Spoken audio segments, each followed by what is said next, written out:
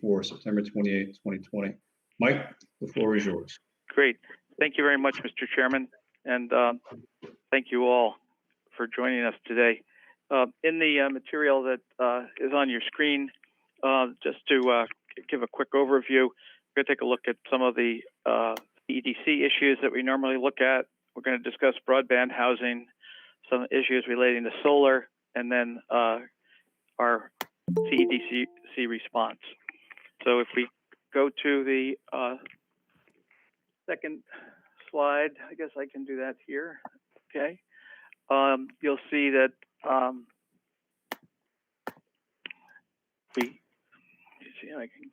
do I get it to go down?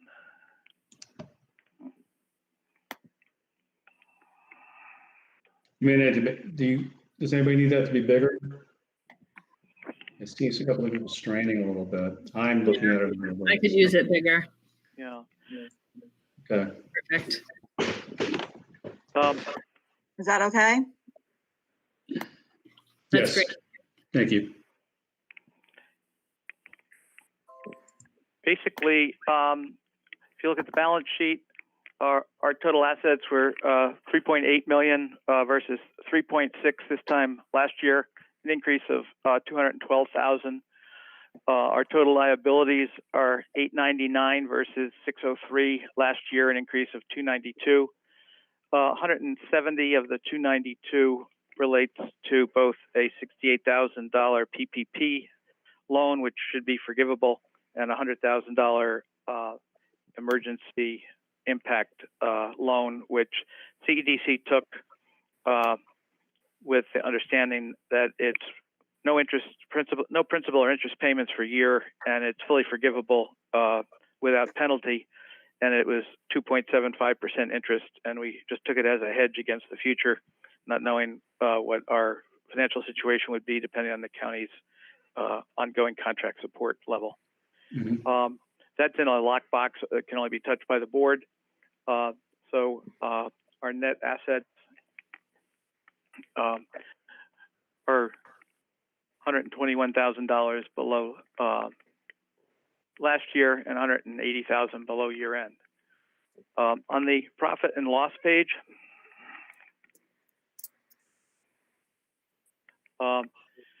we continue to stay on budget to the extent that we're able to add back in the PPP money, which we haven't had it forgiven yet because, as you know, that process really isn't in place yet.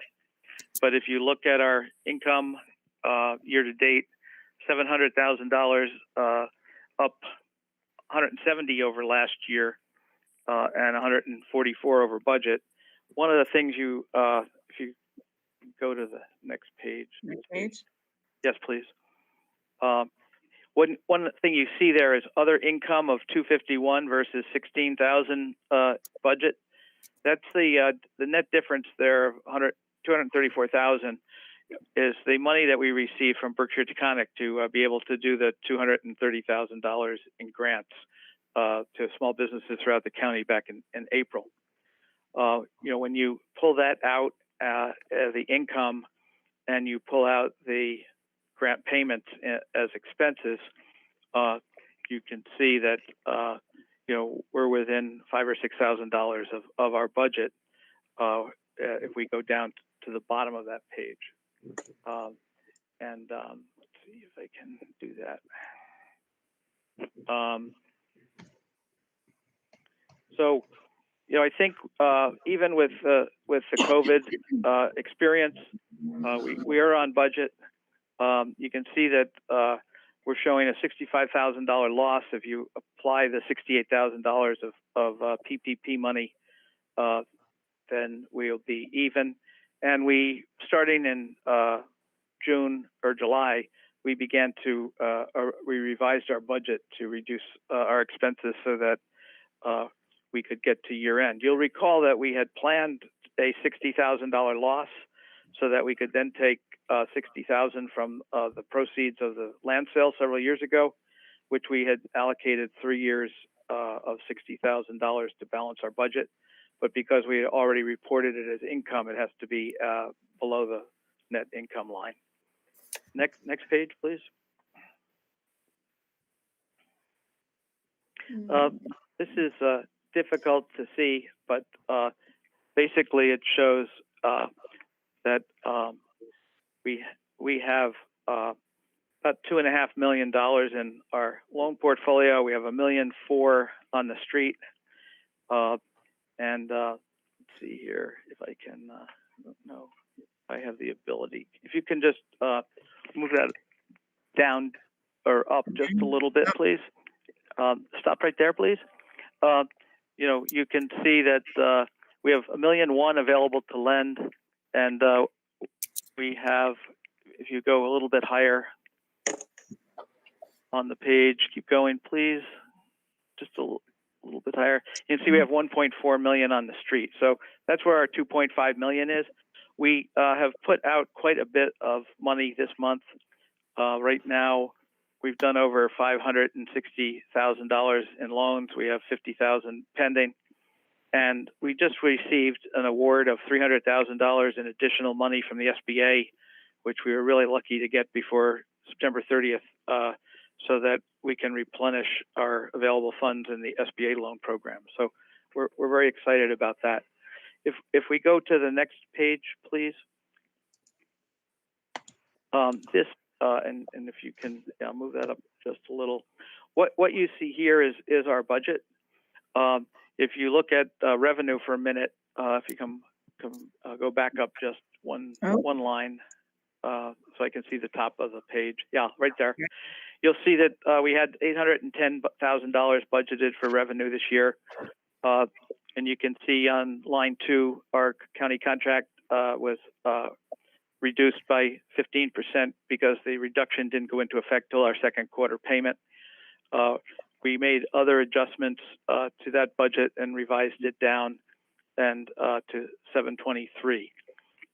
If you look across A, B, C, and I guess C2 should be C2. You'll see how I'm looking at various. C2 is really where we close on a number of IDA projects and some community renewal projects, which we may or may not close on this year, which I'll touch on in a moment. But basically, we've lowered from 810 to 723, all the way down to 681. If you look in column A, it's the county contract remains the same as last year's budget before the reduction. 21B reduces us by a full 20%, and 21C reduces us to the level we reduced this year.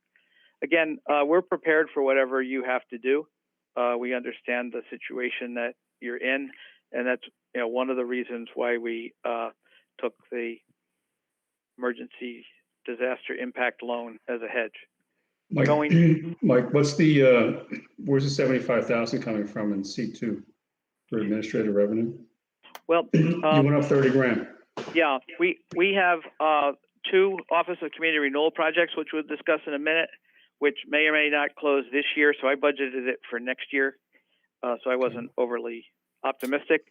But we get a $6,000 fee on both community renewal loans, so that's $12,000, and we anticipate getting a $14,000 fee on a Hudson IDA project pursuant to our service contract with the Hudson IDA.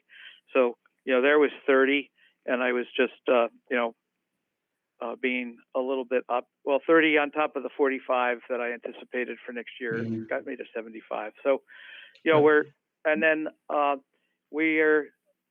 left our membership flat based on this year, but we have been as high as 68 or 70.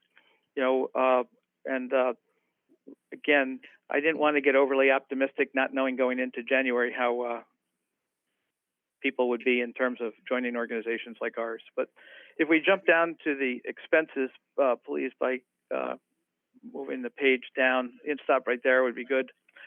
You can see where in column 2 or 3, I reduced expenses from 860 to 807, and I've kind of kept that 810, 807 line it shows net operating loss depending on what the county reduction has to be. And then we have the $60,000 because the first year, I didn't find any projects I thought were worth using the first of the 3 years of 60,000. So, we have 2020, we have 2021 and 2022 to absorb that. So you can see that if we're cut the full 20%, we might have to dip into the 2022 60,000. But again, these are uncharted times, and part of the reason that we didn't spend all of those monies in 1 year was that we would have the ability to not, we'd have some flexibility if something happened. We never imagined it would be this, but Right. so my understanding was that it was recommended that we put the budget in based on column A, which was full county funding, so that then you could tell us what you needed to reduce it by, but at least that way you can see that I've also anticipated different scenarios based on either a 15 or 20% reduction. Right. And obviously beyond that, we would need to look at our largest line item, which is staffing. So I think we're in a position to be able to continue the level of involvement and engagement, which we can touch on as we go forward. We're a 501c3. We have an independent board of directors, but traditionally we've had this committee review and at least consensus approval, if not by resolution, of where we are on our funding, so it can relate to your decisions as to when you get to the finance committee and the county's budget. So it's not something you need to formally approve, but we've always submitted this to you in the last 5 or 6 years so that you could not be approving our contract in the abstract. Yeah, thank you. I'm going to follow up with PJ, Ron, and Matt on this. Great. Okay. So unless there's any questions, I'm happy offline to go through any line item with any individual supervisor if you'd prefer to move on now. I think we're good. Does anybody have any questions on this particular part? Moving on to the Office of Community Renewal, these are two projects that the county applied for grants because under the program that the state has for economic development through the Office of Community Renewal at the Division of Housing and Community Development, only a municipality can apply. Traditionally, while a town or city would be eligible, traditionally these projects have gone through the county here in Columbia County. This is the Drumlin Field, now known as Clock Distillery Project.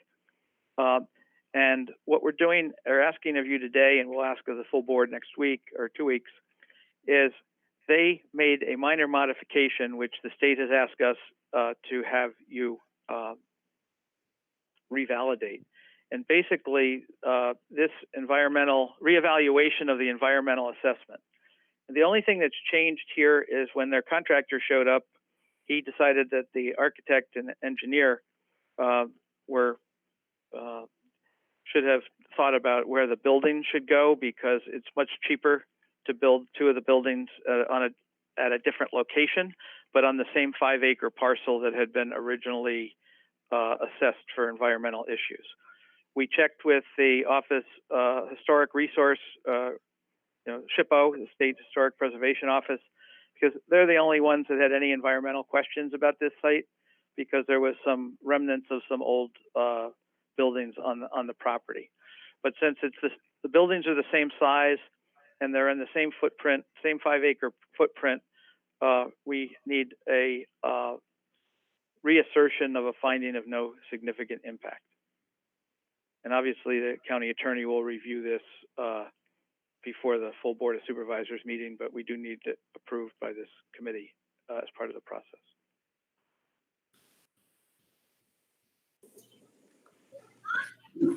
So at this point, what have you done? Have you sent this to Rob Fitzsimmons? And well, we need a motion to recommend this to the full board. I'll make the motion, Mr. Chairman. John Riley. Second, Supervisor Hoatling. All in favor? Aye. Aye. Any opposed? But I could ask for, could Mike provide us some type of a map to show us where the proposed buildings are gonna go along with this process?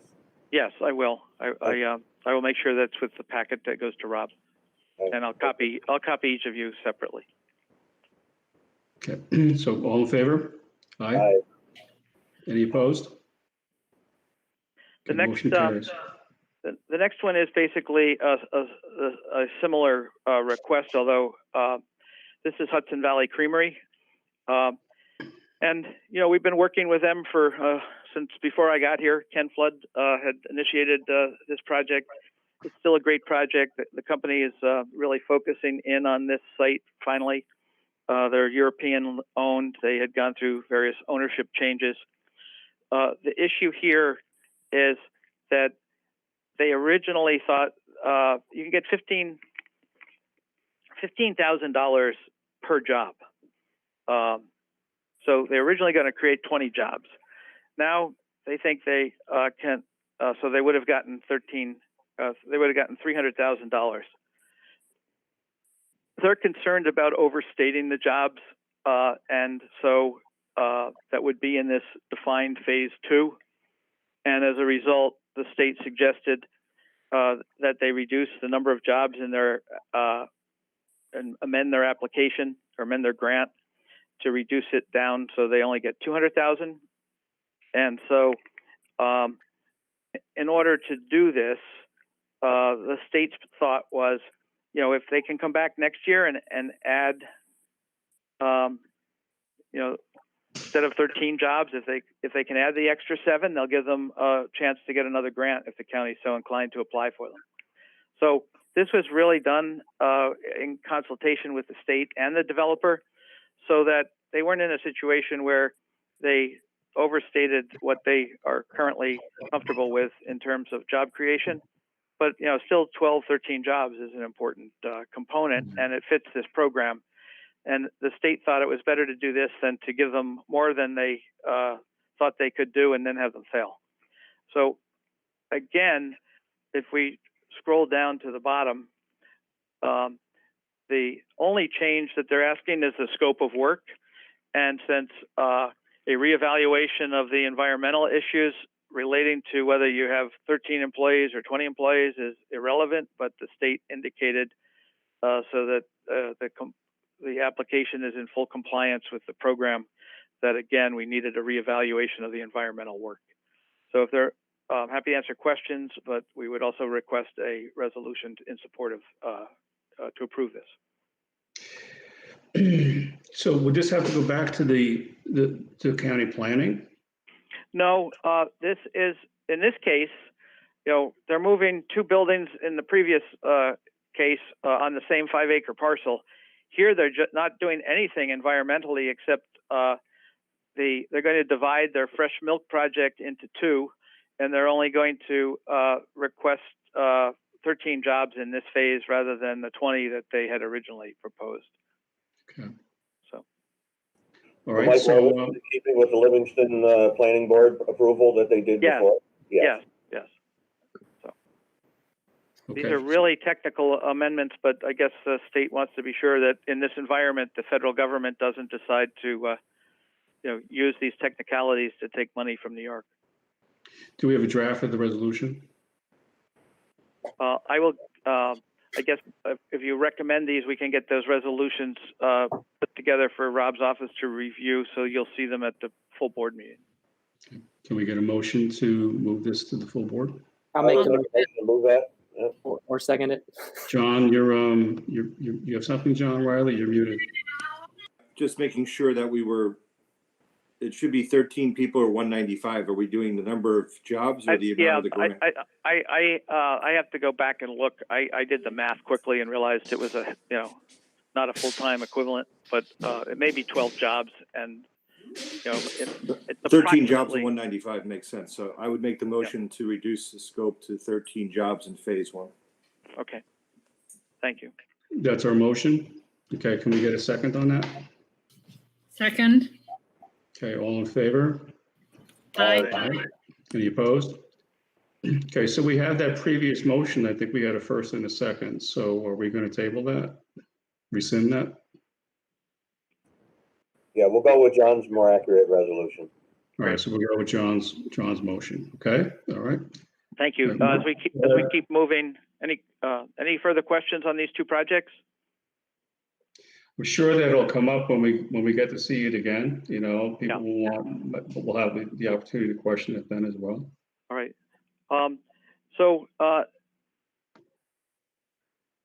What I have next for your review is a email that was sent that Supervisor Bury sent to the 6 school superintendents. And if you can scroll it up just a little bit and stop right there, on your behalf and on behalf of the broadband, the Economic Development Committee's broadband task force, there was an outreach to see if collectively and individually we could support school superintendents' efforts to ensure access to broadband and hardware needs for remote learning. This is really a great idea that Supervisor Bury and Supervisor Riley coordinated because it's the first time I've seen us have any ability to find a commonality between the supervisors, CEDC, and the school superintendents to work on something together. We've had several meetings. We involved the providers. GTEL and Mid-Hudson were willing to get on the same call with the school superintendents. Consolidated and Charter Spectrum, we had to do separate calls. We've had independent conversations with Verizon, but this has really worked well. And if you can please go to the next page. We had Supervisor Bury requested from the planning office that Don Meltz take our broadband map and overlay it with school districts again, so that we could begin to get a sense of who the providers were for which districts. It's color coded at the bottom. It's in your packet if you need it. We can get it for you larger if you want it. And if we go down one more and stop there, we'll come to the housing in a minute. But basically what happened is the schools were able to provide addresses of residents. They couldn't give us names of families without violating privacy. And the providers agreed to take those addresses and run them against their computer model or computer records CA. Was it in their franchise? And if it was, could they serve that residence, or was it never going to be served because of location, or whether it was on the schedule to be served? The result is there were about 150 homes or families that, many are apartments, but 150 families who didn't have the ability to provide their children with student access to broadband. So, and that was because we worked with the school districts, and they were able to determine based on who got their homework in. It was right down at the granular level as to who had the access to the service. Obviously, if it's not in your franchise area or it's not able to ever get service, or it is on the schedule, the other reason you're not able to get it is you don't have sufficient resources to pay for it. So what we've been doing is, continuing to work with the superintendents. I know there's a new superintendent in New Lebanon as of today, I guess. We've been in touch. Leslie did a great handoff so that they're familiar with what we're working on. A couple of supervisors asked on the peripheral if we could get in contact with, I guess it's Skodak, Pine Plains, or, as you know, there's 4 districts that are headquartered and centralized out of the county, but do serve students in those fringe geographic areas. So what we discovered today was one of the easiest ways of addressing this is to provide hotspots using Verizon, but the cost of the unit, I believe, was $50, and the cost of the service was $30 a month. It's the opposite, Mike. Mike, it's the opposite. It's the opposite? Okay. Yeah, So- hotspot was 30 for the device, and it's $50 a month, $40 a month for the. So for the basically, coverage. it's a little over $500 a family, and we're looking now at we had an outreach from the Berkshire Taconic Foundation's Fund for Columbia County that they had specific donors who called them to see is there a way that they could help families who needed either laptops or broadband access. You know, we looked based on the conversation we had today. You know, the biggest issue is K through 12, or I'm sorry, K through 5 are in the building, 6 through 12 are at home. As an example, in Ichabod Crane, they have 57 families using the hotspot devices. You know, we're not going to be able to solve that problem in its entirety, but I did send an email after our call this morning to back to the Berkshire Taconic Foundation, seeing if we couldn't get $15,000 now and $15,000 in January and have them put together a campaign, if not more. But that would enable the districts, you know, to get immediate access to the units and then pay for the service by semester.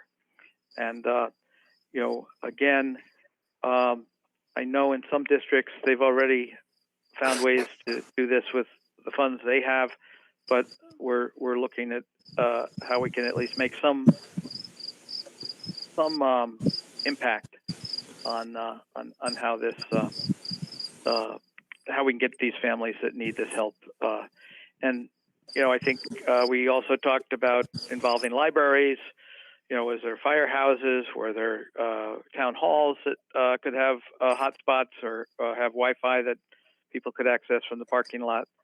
But again, we found most places the students, the school districts had access to get them equipment, but they're still struggling with the Wi-Fi. And I suppose there's several places in the county where you can't get Verizon either. So you know, it's one by one checking these kids off. But I think it was a great initiative by Supervisor Riley and Bury, and we were happy to work with them too.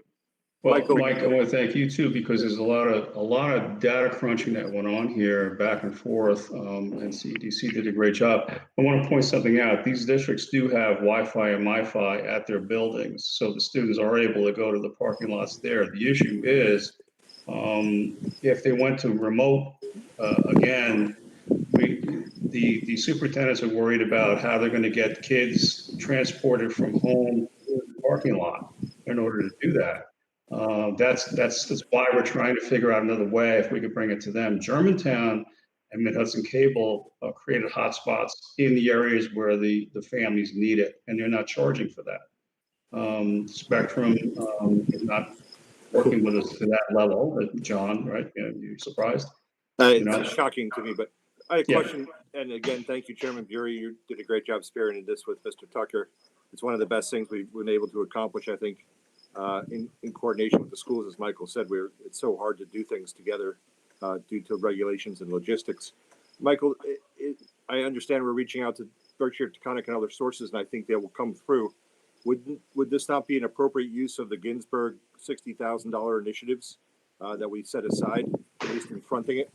Well, I had mentioned that to Supervisor Bury that what we had done with some of the grants that we did with Berkshire Taconic and Hudson River Bank and Trust was when we got to the table. I did bring money. We did put when we did the $240,000 of grants throughout the county for small businesses.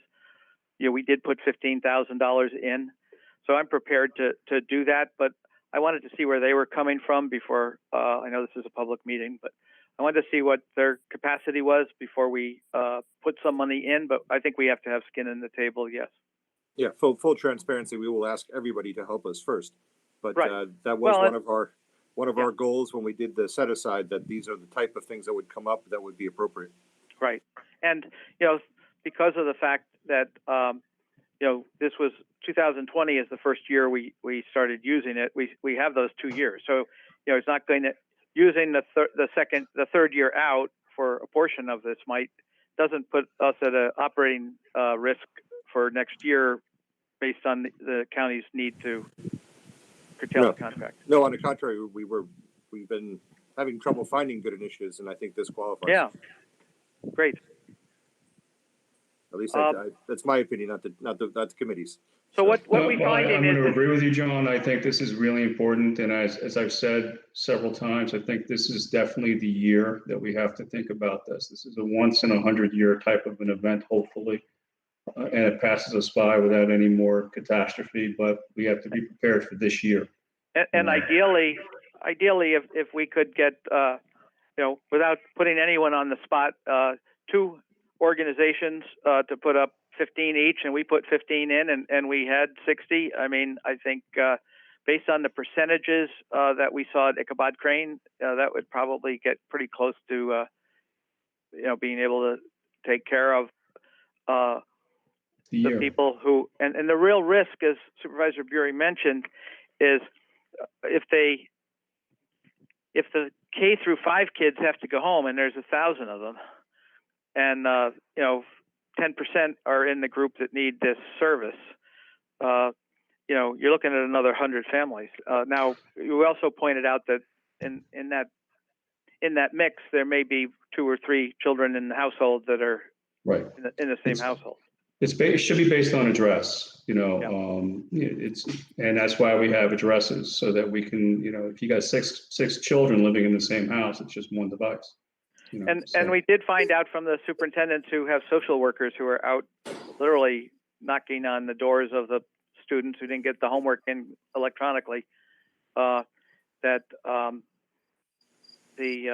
some families say, "Oh, we can't afford it," in hopes that you'll pay for it, and others are embarrassed to say they can't afford it and make excuses. We're gonna have a couple that take advantage of the system, but as we're entering almost October, I would stress that we should get ahead of this as best we can and be as proactive in funding upfront and looking for contributions. And in later. fact, we have a CEDC board meeting tomorrow, so I'm going to get preliminary approval for this, so we don't have to wait till the end of October to move forward based on this Okay. conversation. Good. We do want to point out that we've been in regular contact with Superintendent Stuttmeyer and Hudson.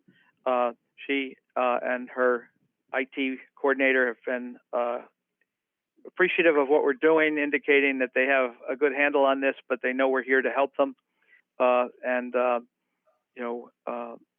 So we've been in touch with all of the districts, but Hudson, I think, we may They're trying to figure it out on their own. Yeah, but at the same time, if we're going to be giving out money to support hotspots, we want to be sure that Hudson's served in that mix as well as the rural students. Okay. Chairman Berry, can I ask a question? Sure. If we're looking for, like Mike was talking about, 2 or 3 fiscal sponsors, organizations, businesses that each want to give 15,000 or more, would it be worth maybe writing something up for the next press release from Chairman Morrell? Just saying, we're looking to make sure all families have access to broadband. We're looking for fiscal sponsors. Please contact Mike if you're interested in learning more.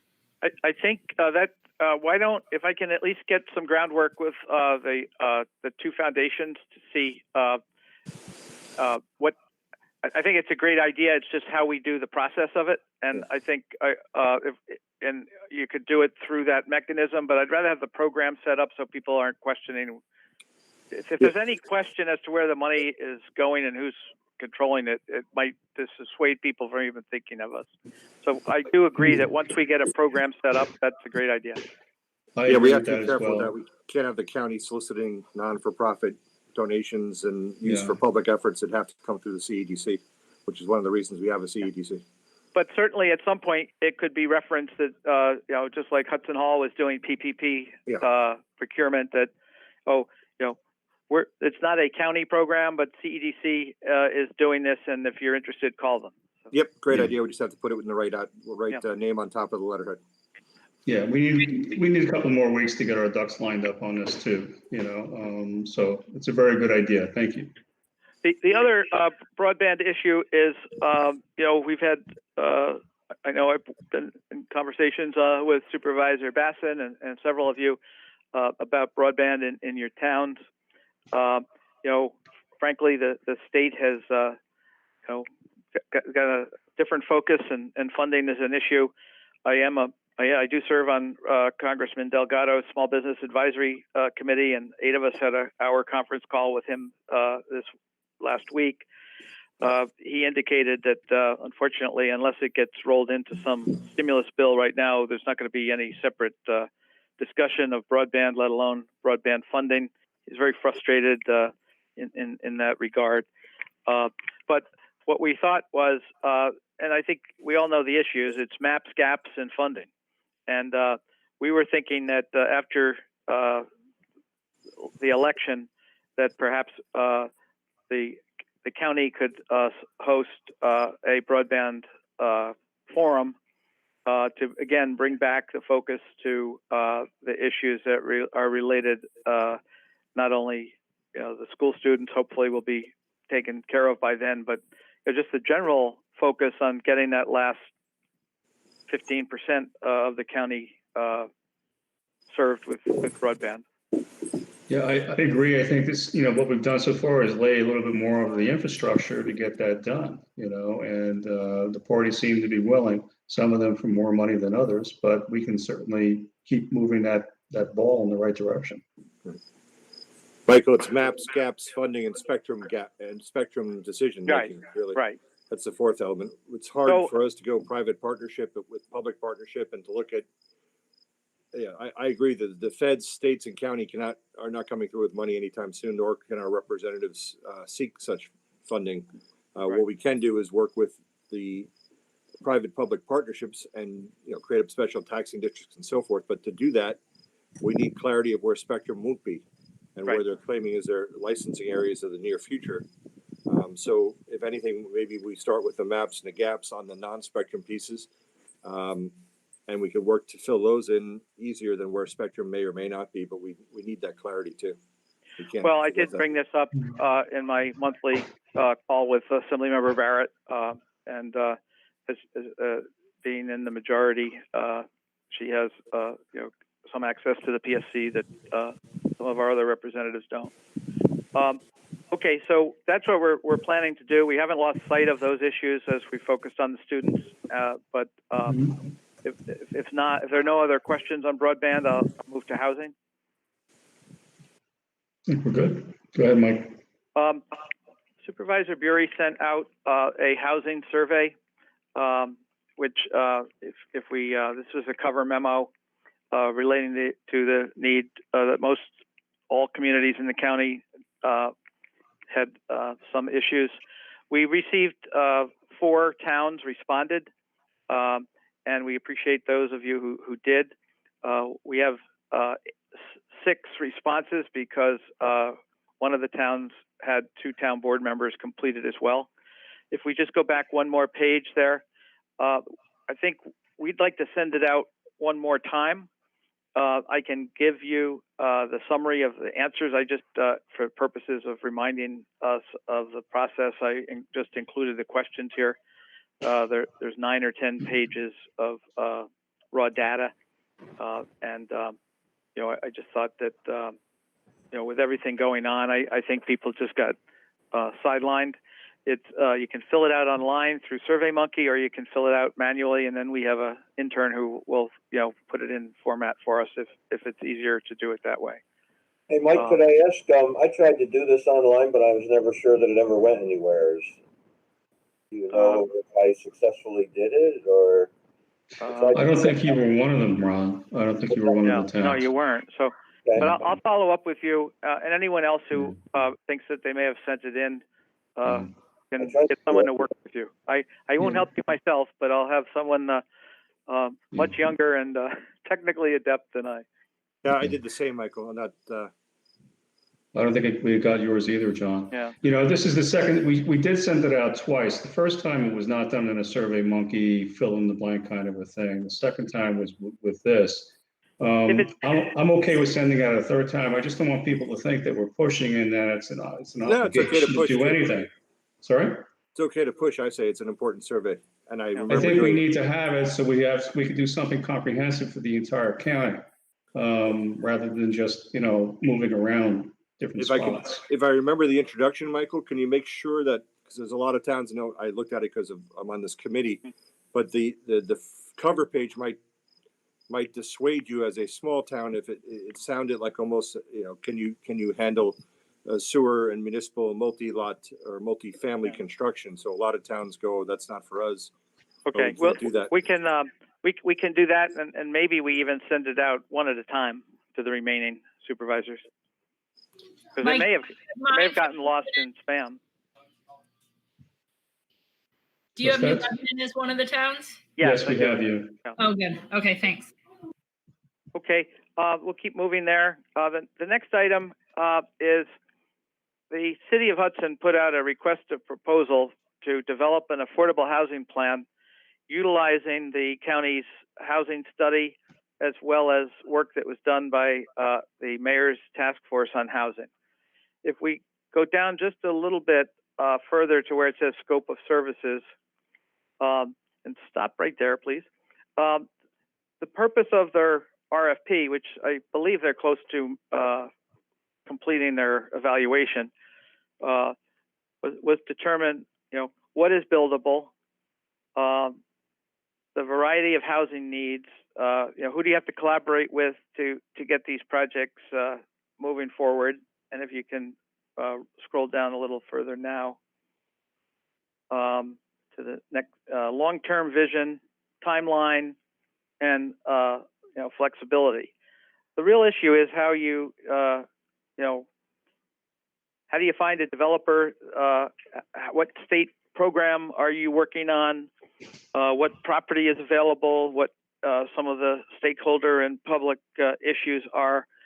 So what I had discussed with several of you was if you got to a point, if the city got to the point where there was an opportunity to hire someone,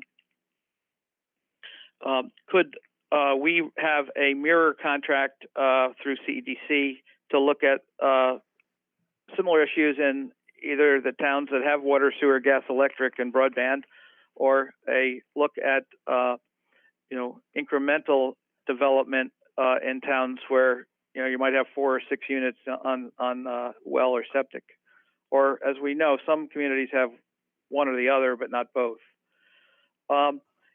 We thought that, and I'm going to discuss with our board again. This was an area where I thought up to $15,000 of our ongoing investment money might be worth exploring. And I did speak with the 2 supervisors who are in towns with water and sewer, and they were not opposed to it conceptually. Obviously, I don't know that our 6 or 8 outcomes would be exactly the same as the city, but our thought was if we were able to work with the same consultant, there might be some synergies. And we could use some of the data from those supervisors that completed the housing study to take a look at it. So just getting your feedback and thoughts on this. It's, I don't, until the city makes their final decision and we get to talk to whoever they select, not sure how it all works. Yeah, I think it's a great idea. I think we need to have a more current, updated vision of what we're going to do and what the possibilities are. Let's see what the city's going to do, and then we'll keep moving it forward. Okay. And I do think that if you have someone who's focusing in on the city, they got to look at county data anyway. So to go out and they've kind of did the heavy lifting in terms of putting together the RFP and doing the review process. We're not at $15,000. We're not subject to the same RFP process. So, I think that municipal boundaries in and of themselves are important, but sometimes with respect to work, where you work and where you live it's not so much. Right. Okay, so unless there's an objection, we're going to continue moving forward to explore how we might do this and get back to you. Okay, I think that's a good idea, Mike. If we can, the next, is, these are a list that Ed Steffler in our office put together. We're not sure that the city, town, and school pilot information is entirely accurate after a call I had on Friday with Chairman Morrell, Rob Fitzsimmons, Supervisor Knott, and Suzette Booty. But we are looking at a proliferation of solar projects. These are the ones we know about. We are going to send something out to each of you and your colleagues to see, if you or your planning board coordinator knows of others. The main reason in looking at this is some of these projects, as you know, the Shepherd Meadow in Copake is 500 acres.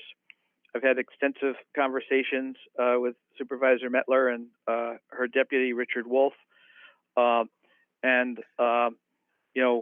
there's one of the things that it relates to is the taxation of these. And I know the chairman is working on putting together, either with outside counsel that Rob would select or NYSERDA, a forum for you on what are the options, so that one of the concerns is that if a large project comes in and the state's override on your local zoning, planning, and regulatory process is exercised because of the size of the project, that you don't want to be in a situation where you've lost your local home rule and you didn't, and we don't get maximum tax dollars for you.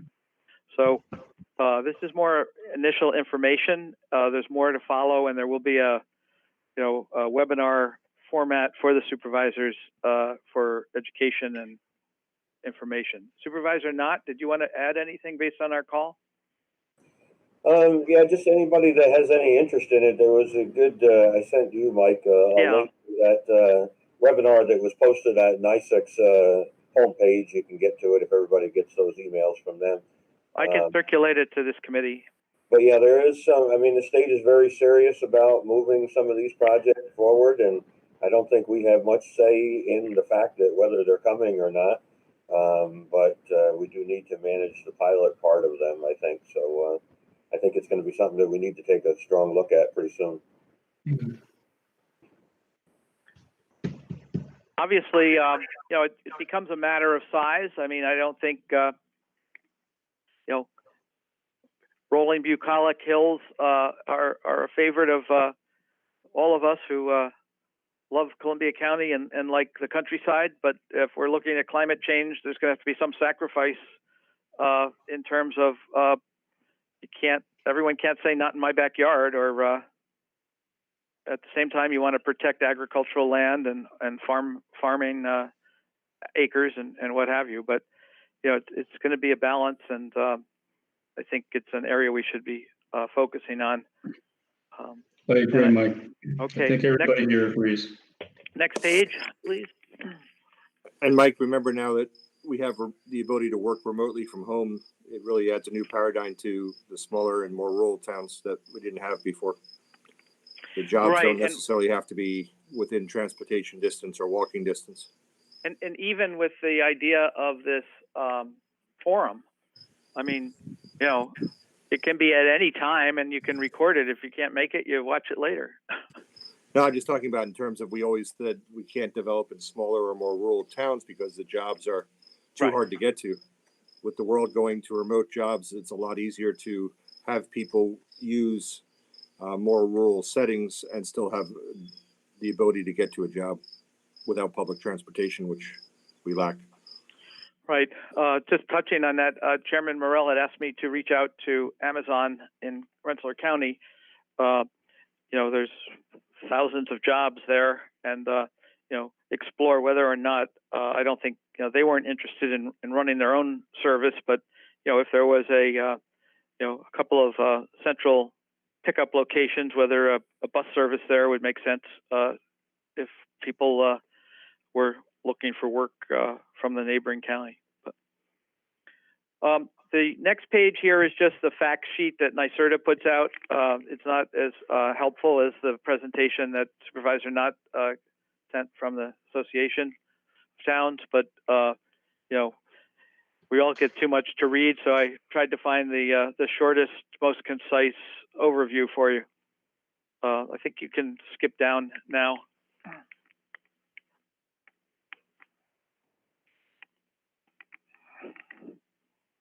And go all the way to the next page, please.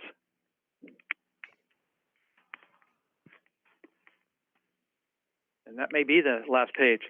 So with the 9 minutes left, are there any questions on solar?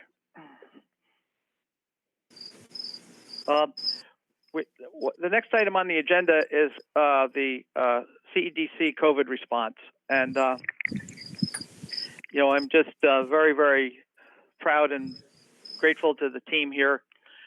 Since January, we've closed 29 small business loans totaling $564,000. We've provided 51 companies with technical consulting services where we outsource the work for 20 grand, 20,100. We have done $255,000 of business continuity grants, including the Berkshire Taconic, Germantown, and Chatham business funds. Galvin Foundation provided the city with $100,000 in grant money for small minority-owned businesses, and they asked us to be the fiscal agent. That's another $99,000. We provided $2,500 to Hudson Arts. The City of Hudson Tourism Board put together a program where we're the fiscal agent. Over $180,000 of projects throughout the city to promote tourism. We've managed the Business Coalition's bond program, where if you donate $100, you get a $50 tax deduction and a $50 certificate to use at a participating merchant. We spent about $10,000 on Columbia Comeback directly signs for the Chamber and the Tourism Board on their Shop Local, the website that we developed for Columbia Comeback, and we did a county business survey. We were the facilitator for funds from the Hudson River Bank and Trust in the county to buy $15,000 of COVID testing. And we've spent about $15,000 in other COVID-related initiatives. So it's not all of our own money, but CEDC and our team here have touched over $1.2 million in program activities over the last 7 or 8 months. And you know, it's working from home, working remotely. It's just been you know, very rewarding here for all of us, and you know, we appreciate the opportunity to do these things. Mike, I've said it many times, and I won't miss another opportunity. CEDC and its staff have done a yeoman's job. Well, we enjoy what we do as a group. Especially under the circumstances. So very, very good. Thank you. And your staff. I think you've all seen. Thank you. Thank you. Yes, we have a great staff and very adaptable after we first got back in business after the shutdown and remote. Yeah. Unemployment, according to the Labor Department, 29,300 county residents were employed in August, down 1,600 from last August. I'm sorry, we're at 27,700, down 1,600 from last August of 29,000. The unemployment rate this month, August, was 7.3, was down from a 10-year high of 10.9 in April and 9.7 in July, but you know, substantially higher than the 3.1 last August. So you know, I think it's stabilizing, but I don't know if any of us know what's it going to look like if there's a second wave or as we get into winter and businesses slow down. I think you're all aware on the sales tax. Sales tax revenue in August was 3.5 million, down 200,000 from last year, compared, which was 6.7%. In January to August, year to date, sales tax revenue was 26.7, down 1.5 million from last year. So, I know we had looked at one point at almost $3 million in lost sales tax revenue. I mean, it's still $1.5 million is not easy to make up in a county this size. And I think you've seen the housing data for August. It showed $100,000 median sale price jump from last year. It showed a 28% increase in closed sales. It showed a 40% drop in available properties, and a significant drop in the number of days a house was on the market. So, from a statistical standpoint, those are some of the things we've been tracking. Yeah, the real estate market is very, very busy. Okay. But mortgage tax might be higher, which is good. And Mike, your efforts are not unnoticed. Our sales tax could be much worse, and I think some of your efforts have made it better than it could be, given the alternatives. And Well, thank you. your housing survey shows what we say here in Gallatin. It's not necessarily that we need affordable housing. We need some housing that's affordable, because there's a difference there, and we just don't have any inventory, not of regulatory affordable housing, but a housing that anyone can afford. Right. I think we're finding that in a lot of places, John, in Columbia County. People are buying properties sight unseen here, and they're bidding on these things. So, it's And a we complicated market. We continue to get inquiries from, two guys from California who want to buy 25 acres over near the Taconic to build some type of a cabin resort. There's a $14 million hotel in Hudson. We had 3 developers call us this week on housing projects. So, why I'm concerned in the short run, and concerned for those who are unemployed, because, particularly if you're at the lower end of the pay spectrum or educational skill set, it's going to be hard for you to get back to work. So we continue to focus with Dr. Drummer at the college and Katie Drake at the Labor Department's Workforce Investment Board, and BOCES on workforce training and education. And, we are looking at some type of a job fair, again, with Register Star. A lot of our employers are telling us that people that they wanted to call back are no longer available because they couldn't wait. The stimulus supplement wasn't enough based on what they were making to stay unemployed. So they went and found other jobs. Okay, Mr. Chairman, it's 5:59. Any questions? Well, let me ask the supervisors in attendance, does anyone have anything they would like to discuss? No? All right, Mike, great job. I'll entertain a motion to adjourn the meeting. And if any of you have specific questions, don't hesitate, as you often do, to just reach out. We're 18/7. We're not 24/7, but Yeah. Mr. Chairman, I just wanted to reiterate what you and Supervisor Riley said, thanking Mike Tucker and the whole CEDC for all of their hard work, and also recognizing both you, Chairman Bury, and Supervisor Riley, both on broadband and economic development and the Columbia Comeback Committee. I just am very appreciative for all the work everyone's put in to try to support our local businesses through all of this. So thank you all. Well, there's going to be a big call out to you, Supervisor Hoefling. I understand that you are a champion at raising funds. So, all right, can we get a second? Can we get a second to adjourn? I'm sorry, who was the first? We did it first. Was it Ron? Who made the Yes. motion to adjourn? I'll second. All in I'll favor? third in case we missed the first. Thank Okay, you. all in favor? Aye. All right, thank you, Thank everybody. you, everybody. Have a good night. my Thank you. clock still says 6:00. So let's go. Goodbye. Take care.